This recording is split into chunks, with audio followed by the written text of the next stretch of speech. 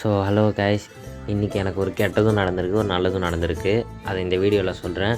அப்புறம் நம்ம கிவ்அவே என்ன ஆச்சு நிறைய பேர் கேட்பீங்க. அதில் ஒரு பிரச்சனை இருக்குது, அதை நான் வீடியோவோட லாஸ்ட்டில் சொல்கிறேன். இந்த மினி ஃப்ரிட்ஜ் பாக்ஸில் நம்ம ஜெட் பிளாக் குட்டீஸ்லாம் போட்டு வச்சுருந்தோம்.